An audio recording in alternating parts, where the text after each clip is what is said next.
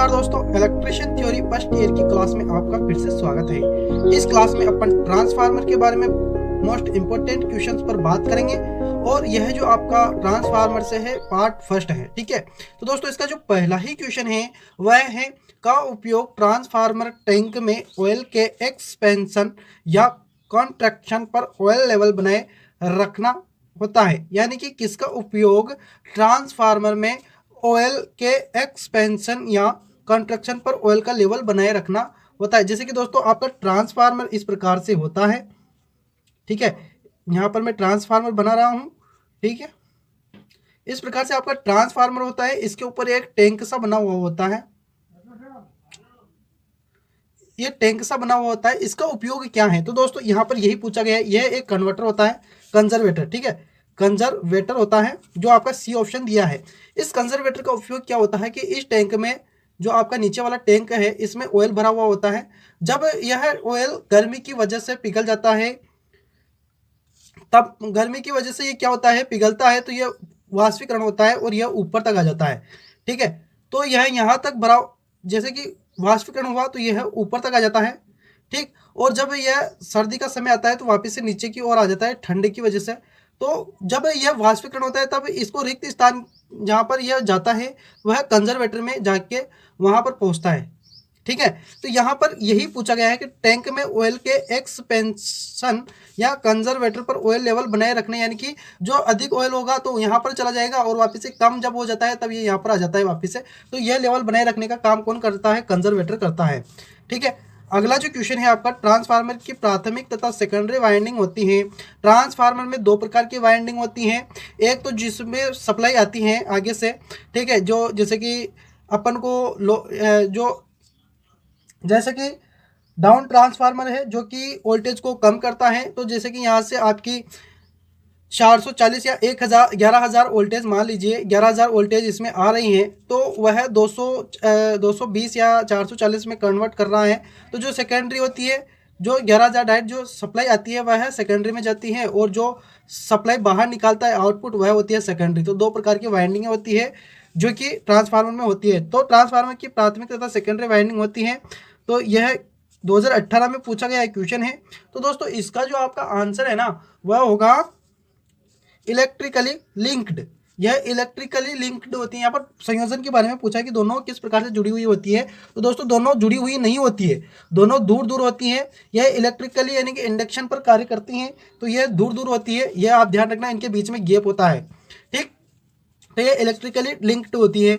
तीसरे नंबर का जो आपका क्वेश्चन है वह है इलेक्ट्रिक आयरन में हीटिंग कॉयल को धातु की बॉडी से निम्न में से किसका उपयोग करते हुए अलग किया जाता है? तो कौन सा वह पदार्थ इलेक्ट्रिक आयरन में लगाया जाता है जो हीटिंग एलिमेंट को, जो बॉडी होती है इलेक्ट्रिक आयरन की, उसे दूर रखता है? तो वह है क्या वार्निश या पीवीसी कॉयल, माइका फिल्म या पोर्सलैन? या तो इसका आंसर होगा आपका माइका फिल्म।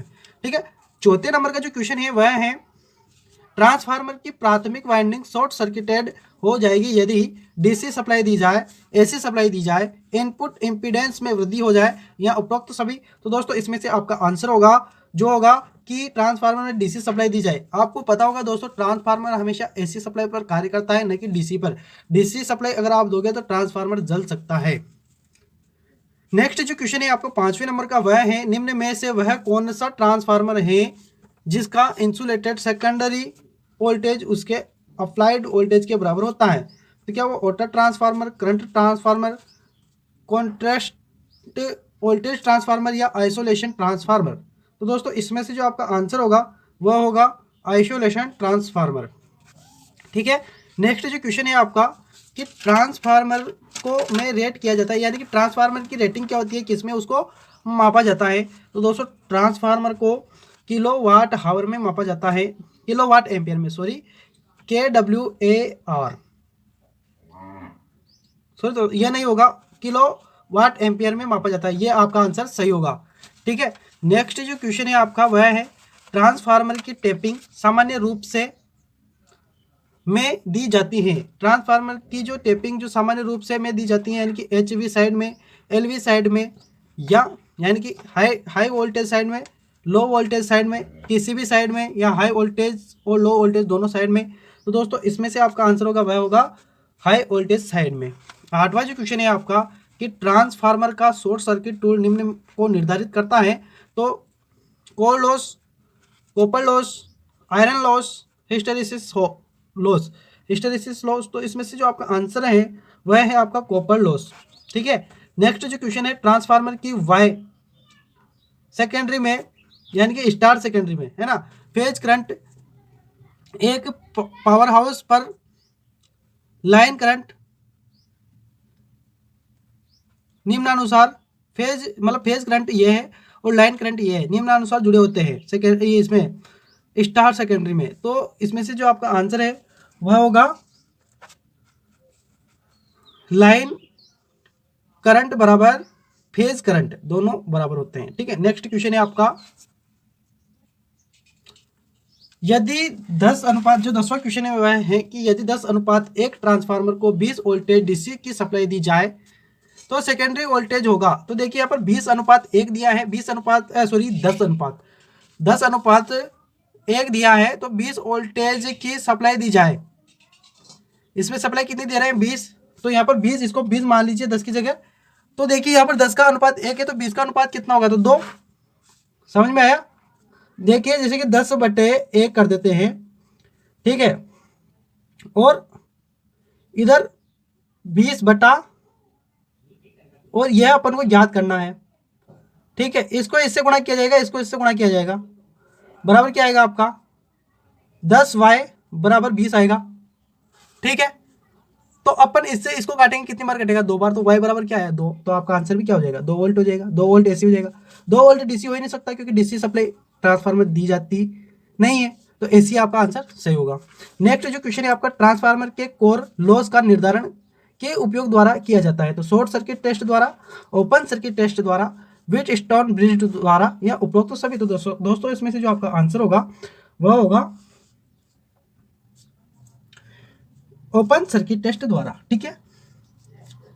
नेक्स्ट जो क्वेश्चन है आपका 12वें नंबर का वह है 1 टर्न रेशियो के डेल्टा स्टार ट्रांसफार्मर में प्राइमरी लाइन वोल्टेज की अपेक्षा सेकेंडरी लाइन वोल्टेज अधिक होता है, या सेकेंडरी लाइन वोल्टेज की अपेक्षा प्राइमरी लाइन वोल्टेज अधिक होता है, या सेकेंडरी लाइन वोल्टेज और प्राइमरी लाइन वोल्टेज एक समान होते हैं, या उपरोक्त तो सभी। तो दोस्तों इसमें से जो आपका आंसर है वह सी ऑप्शन सही होगा कि सेकेंडरी लाइन वोल्टेज और प्राइमरी लाइन वोल्टेज एक समान होते हैं। ठीक है। अगला जो क्वेश्चन है आपका वह है वोल्टेज तथा ट्रांसफार्मर के टर्न्स के मध्य क्या संबंध होता है।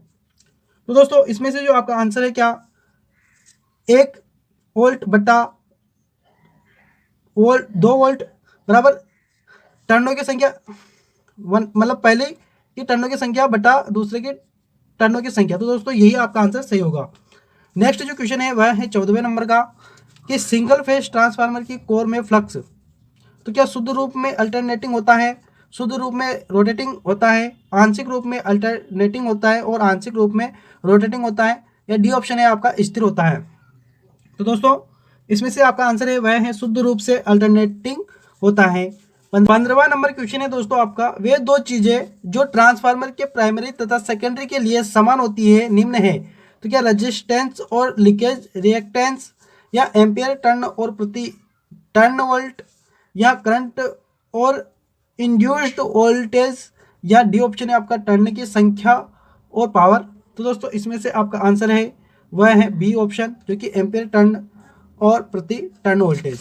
अगला जो 16वां नंबर क्वेश्चन है वह है आपका ट्रांसफार्मर एक कार्यक्षम डिवाइस होता है क्योंकि यह कैपेसिटेंस कपलिंग का उपयोग करता है, या इंडक्टिव कपलिंग का उपयोग करता है, या इलेक्ट्रिक कपलिंग का उपयोग करता है, या एक स्टैटिक डिवाइस होता है। दोस्तों मैंने सर्वप्रथम आपको बताया था यहाँ पर जब बताया था मैंने कि वाइंडिंग्स दोनों दूर दूर होती हैं, यह इंडक्शन के प्रभाव पर कार्य करती है।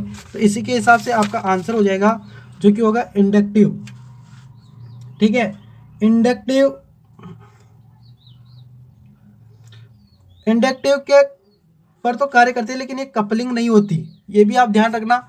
इंडक्टिव यानी पर तो कार्य करती है लेकिन कपलिंग नहीं होती। दोस्तों यह जो होती है ना यह एक स्टैटिक डिवाइस है जो एक स्थिर डिवाइस है। ठीक है। नेक्स्ट जो क्वेश्चन है आपका वह जब ट्रांसफार्मर का सेकेंडरी शॉर्ट सर्किटेड होता है तो प्राइमरी इंडक्टेंस में कमी आती है, समान रहता है, में वृद्धि होती है, या शून्य हो जाता है। तो दोस्तों इसमें से आपका आंसर होगा वह होगा डी ऑप्शन की शून्य हो जाता है। अगला जो क्वेश्चन है वह है ट्रांसफार्मर के ब्रीदर में होने वाला रसायन होता है। तो ट्रांसफार्मर में जो ब्रीदर लगा हुआ होता है उसमें सिलिका जेल होता है, ठीक है, सिलिका जेल होता है।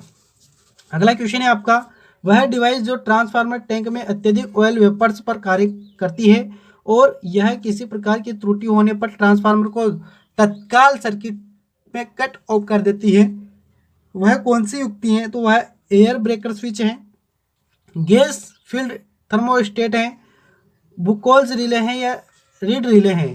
तो दोस्तों इसमें से आपका आंसर होगा वह होगा सी ऑप्शन बुकोल्स रिले। अगला जो 20 नंबर का क्वेश्चन है वह है आउटपुट वोल्टेज का नो लोड से फुल लोड पर प्रतिशत परिवर्तन ट्रांसफार्मर का कहलाता है। तो क्या कार्य क्षमता, वोल्टेज रेगुलेशन, टर्न रेशियो या कॉपर लॉस? तो दोस्तों इसमें से आपका आंसर होगा वह होगा वोल्टेज रेगुलेशन।